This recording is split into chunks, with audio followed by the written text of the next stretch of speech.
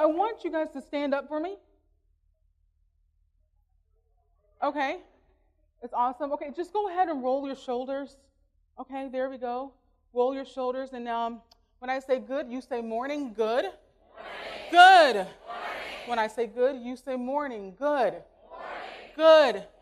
Now just put your hands in the air. Wave them like you just don't care.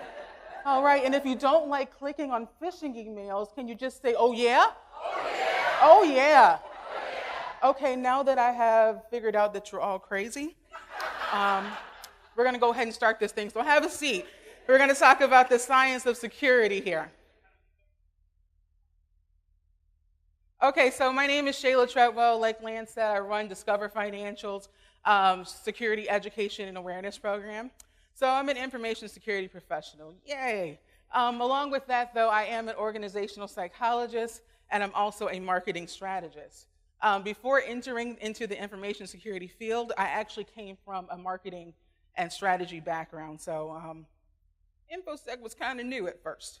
But when I'm trying to come up with all these ideas of how we're going to handle different awareness campaigns, I actually get a chance to hang out with my husband and talk to my doggy Digit. So Digit helps me with most of this stuff, and you can see a wonderful picture of my team down there because I make them crazy. So what's the big idea here? Big idea here is that we understand that spending money on security awareness does not always equal behavioral change. There's tons of money that's going into this industry. You guys deal with it every day. I believe Gartner just published that we're at approximately $96 billion this year on cybersecurity alone. And the bad guys are not the only reason why security needs to exist. For me, I work at a financial institution. That means I have regulations and I have executives constantly breathing down my throat saying, hey, we need to get this stuff out there because I don't want to pay fines. Now, along with that, talking about psychology, a lot of times, every time someone hears, oh, psychology or psychotherapist, it means that something is wrong. But that's not always the case. You don't always have to lie on a couch because you hear those voices. Some of us hear those voices and we still don't lie on the couch. But that's a whole different conversation. But the big thing here is that we want to start looking at how we can take a positive psychology approach to building our awareness programs. So I like the State of the Union. I like politics. And the truth about this is that the cost of security education is on the rise. It's going up. It's on the rise. And most companies are viewing users as the last line of defense as we look at a layered defense model, which means that at the end of the day, if the bad guys get us, it's because people didn't train people the right way. I get that all the time. And there has been minimal evolution in the distribution of how we actually put out security training. Most of us understand that we do our phishing emails, and we also have our computer-based training modules. If I get those two done, we have a security awareness program. Hence why a lot of you actually have maybe one person on your team, or you might be that one woman or man show, or that might be part of your job. But the evolution of that training hasn't changed, even though we all know that the root cause of everything is people. So we have a problem there. So show me the money. Like I said, I work for a financial institution. Everything's about money. The reality is that we're having a difficult time keeping up with bad guys. When you start looking at vulnerabilities that have come down the pipeline, the days to create those patches actually is on the rise. Some of them are over 200 days just to develop one patch. And a lot of research shows that people aren't even concerned about zero-day attacks the way they used to be. They're more concerned about those vulnerabilities that we haven't patched, and they're just sitting out there because there's not a solution for it yet. Now, another thing with that is that the last line of defense is becoming a little bit more important now. Like I said, the minute that something goes wrong, what is it? We don't have adequate training. We don't have adequate training. Some companies, including mine, have even gone to having a corrective action process for those people who may fail phishing assessments or may allow the company to be more vulnerable to threats that they normally didn't have. And looking at the fact that I just told you that we're at approximately $96 billion this year for cybersecurity, What's really, really funny about that is that the average spend on training is about $300,000 a year for a nice size company. That's about, gosh, we average in about 3% of the annual cybersecurity budget dedicated to training alone. But, like I said, people are the problem. But are we really looking at that as a solution? So, as you can see, there's time for a change. Security is more than just a compliance activity. We're really looking at cultural change and taking advantage of marketing strategies like guerrilla marketing and social media actually can help us a lot and doesn't cost us that much money. And if we can embed security training into our culture, then we can actually see change and we can measure it and we can mitigate that security risk due to the human factor. So let's talk a little bit about security awareness as a science. As you know, awareness training is all about behavior, and psychology is the study of mind and behavior. So we have that big word behavior in both of these. And I really like this comic with, actually I'm fine, I just like a place where I'm allowed on the couch. My little doggy Digit that helps me come up with all the security awareness stuff, he takes over my couch. But the one thing that we can agree on is that it's a big role with psychology and awareness training coming together to make it so that we actually have something to train to that makes a little bit more sense. So let's look at psychology for a second a little bit more. A new lens on psychology. So traditional psychology focuses on what's wrong with a person. You hear voices or you have doubts. It's all about what's wrong.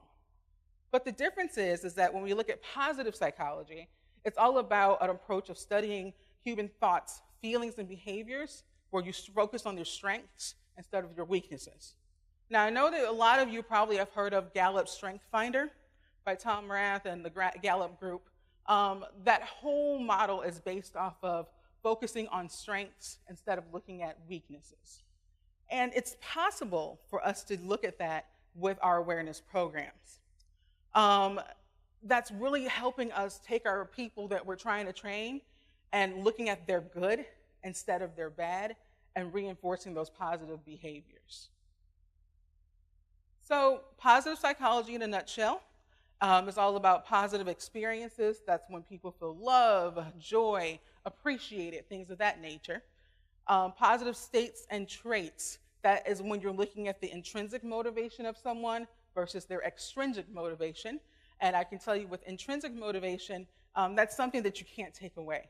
Extrinsic, it gets to a point that you pay people a certain level and they still just don't care anymore. We heard yesterday how people still click on those phishing assessments just because they know that nothing's going to happen. So extrinsic motivation only goes so far. And then when we're looking at positive institutions, that's really looking at how does your company handle behavioral change? How is the culture of the company? Are you risk adverse? Are you cool with risk? That's perfectly fine. That's positive psychology in a nutshell. So like I said in the very beginning, relax. We're all crazy. It's not a competition. But we're going to get through this thing together. So time to get really, really academic. When positive psychology was first founded, and mind you, this is a very, very new type of psychology study that's going on. It was this concept of flow.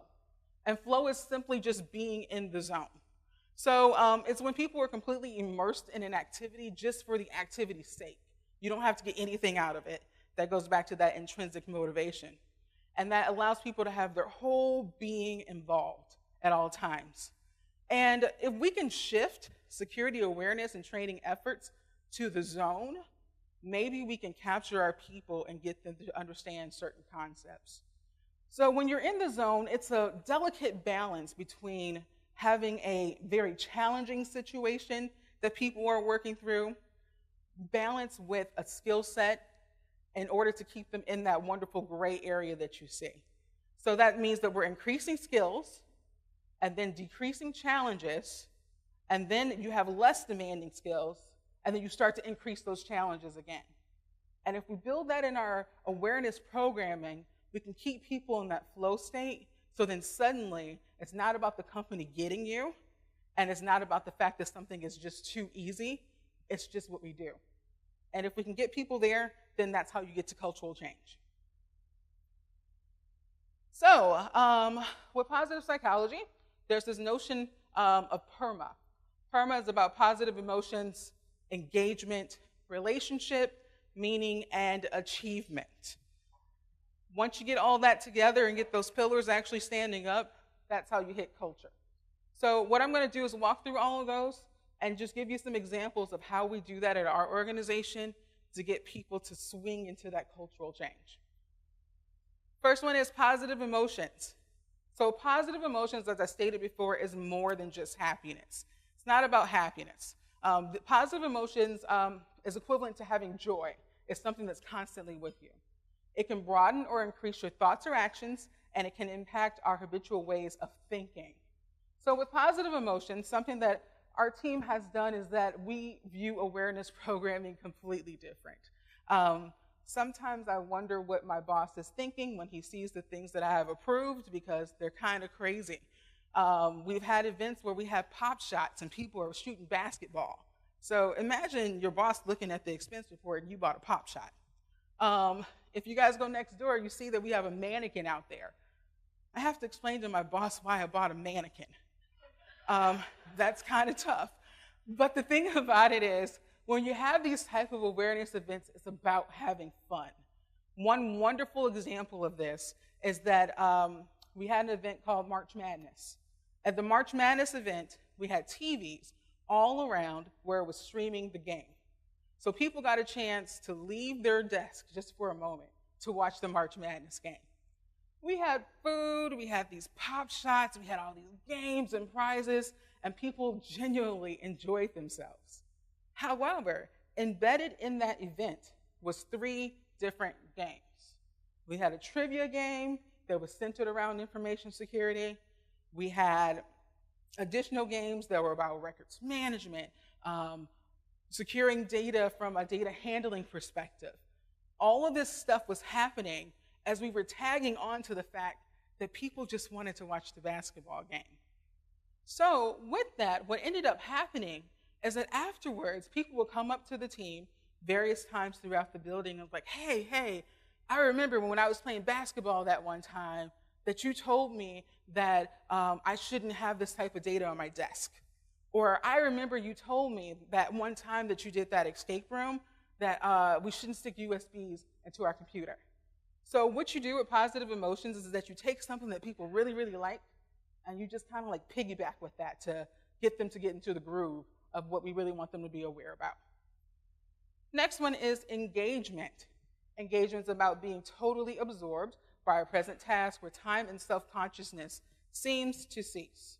And everyone finds enjoyment in different ways. That's the biggest key in this one. Everyone finds enjoyment in different ways. One of the big things that we do on our team is that we actually piggyback on the 7 different learning styles that you guys see displayed here. With those 7 different learning styles, what we do is we take topics and we will train against it in multiple ways. Because just because you're a visual person doesn't mean that you're a social person. And it doesn't mean that you're a physical person. But if I can reinforce the same topic multiple ways, then I can actually get change to actually happen, which is really, really key for us. And the only reason why we know this works is because we would do a baseline metrics reading before an event, have an event or run a campaign, because this usually takes time. Usually it can take weeks. And then afterwards, we can measure and see what happened and if there's a behavioral change. Once we started doing this, we actually started seeing change, because we realized that everyone doesn't read articles. I can post it on our intranet site all day, every day. No one's reading that stuff. However, if I'm doing a physical activity, I can get some people involved. And then verbal was actually one of the big, big ones. Now, given people love food and we give away donuts a lot on our team, we found out that if I can get you to take a donut from me, that means I can talk to you for a second. It really does work. So if I can get people to talk to me for a second, they can actually absorb things that way, and we're getting that population. So with engagement, the biggest key was people learn different ways, so you got to give them awareness different ways in order for them to absorb it. Next one is relationships. And I'm not going to pick on you wonderful communication people out there. I might pick on you, but that's okay.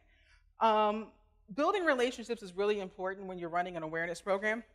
It's a difficult thing, but having strong relationships is really, really important to build trust. And it's actually one of the most important aspects of life, period, from a psychological perspective. With building relationships, one thing that we ended up doing was developing a security, education, and awareness council.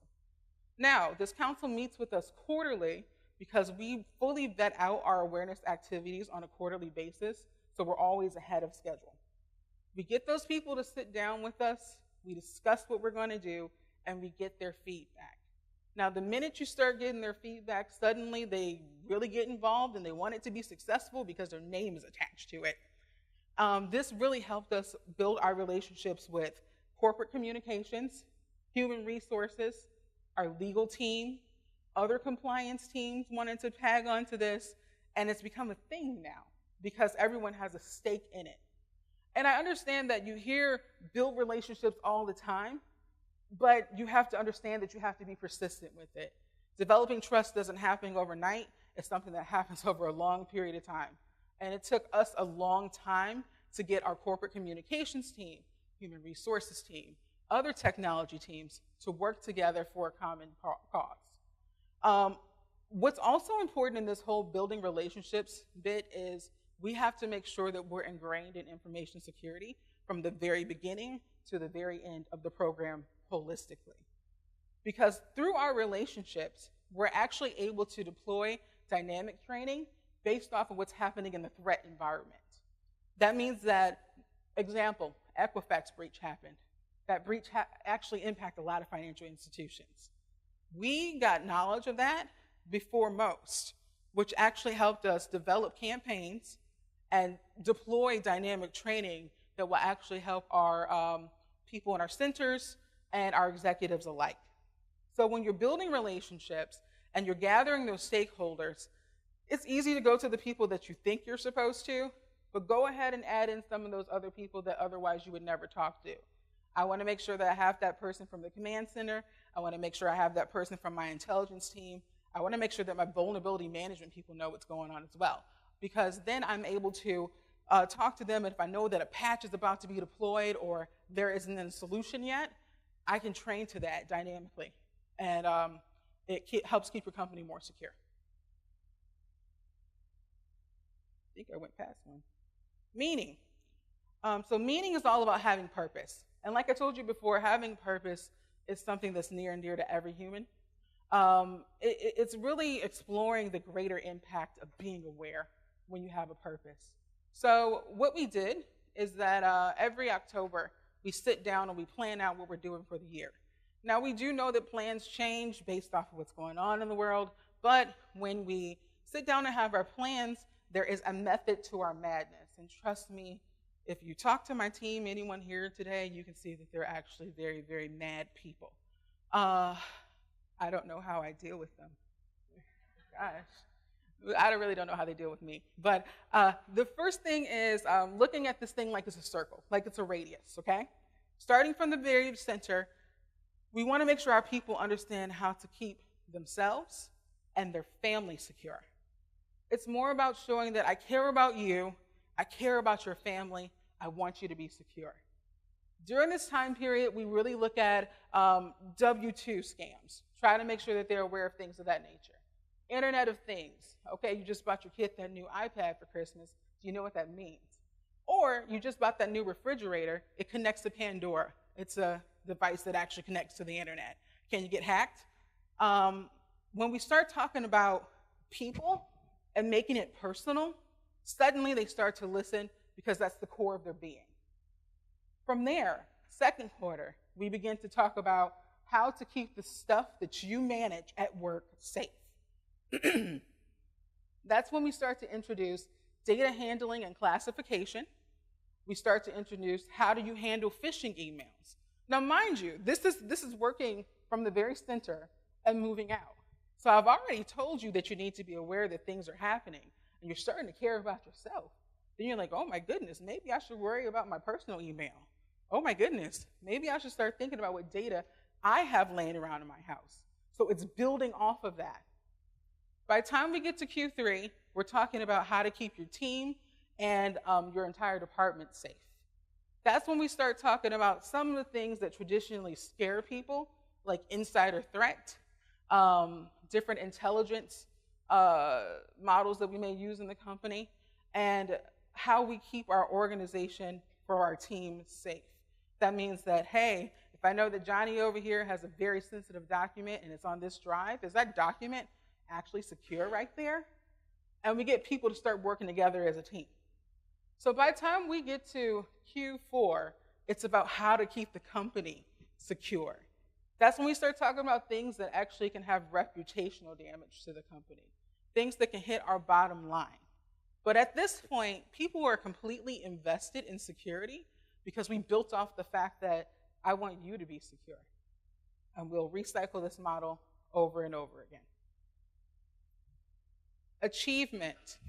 It's all about having goals or an ambition and give people a sense of accomplishment.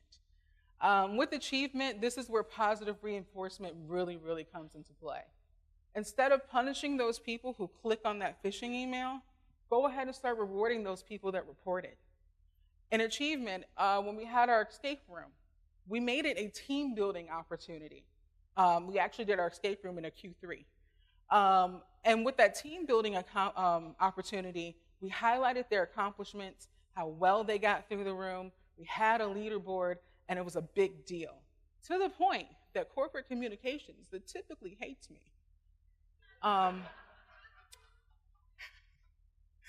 they decided to put out an article on our event to talk about its success and how much they enjoyed going with it. And corporate communications and I, we love each other right now, and I never thought that that could ever happen. With achievements, though, it's really important to set realistic goals and reward people when those goals are met. We're not asking people to be perfect, but I'm asking you to try. So that also means that phishing is a wonderful example for me. Whenever a phishing email goes out, let's say you got caught. But do you still report it? A lot of people tend to hide once they get caught doing something wrong or make a mistake. But we encourage people not to be afraid. Go ahead and report it because we care about the company as a whole. That means that our team can actually go in there, look at what the phishing email was, and deal with it, and we can keep on rolling.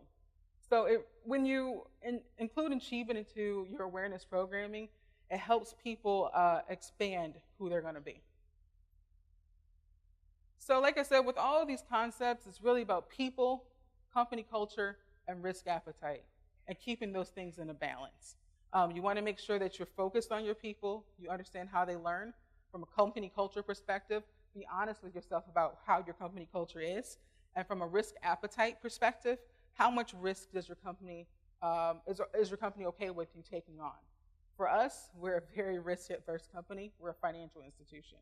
From a company culture perspective, we're actually quite conservative, which means that we intentionally made our security awareness program almost playful and childlike because it was completely opposite of what our company was, which attracted people. And then from a people perspective, we try to build those relationships and make sure that people feel involved and make sure that people feel that this is an open culture enough where if something's wrong, you can tell me and that you can trust me. So some of the key takeaways that I hope that you guys got from this is having a good awareness program is not about money. There's plenty of things that we do that we buy donuts for people. I mean, it's not that much. Thinking like a marketer is key. Think about the things that capture you when you're watching television or capture you when you're on social media and get that marketer's mind in play. Focusing on what's right instead of wrong is very, very key as well because that helps people feel that you're appreciating them for the things that they're doing right. Creating positive experiences for participants.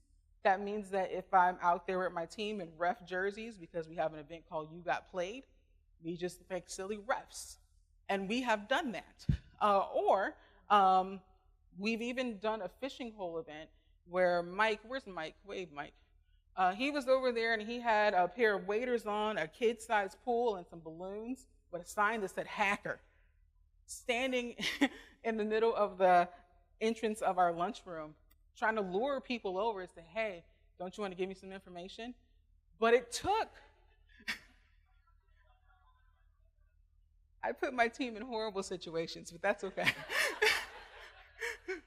But it took something that literal, looking at phishing in that context that got people. The next thing is balancing skills and challenges. That one's a little hard and it takes a lot of critical thinking, but it's possible to really evaluate where are you putting out there. Is it challenging or is it a little bit too easy? And try to find that middle so we can start flowing through things.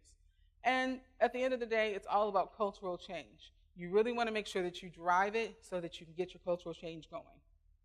So recommendations that I have for you guys, conduct brainstorming activities with various people. Pick different people from different teams and just do a brainstorming activity for about an hour and come up with a really, really cool concept for an awareness program. We do this all the time. It really does work. Trust me, it really, really does. Create a security training awareness council that can meet quarterly. These are people that you can keep accountable, and also it helps you to get those threads throughout the entire organization so that you can ignite change.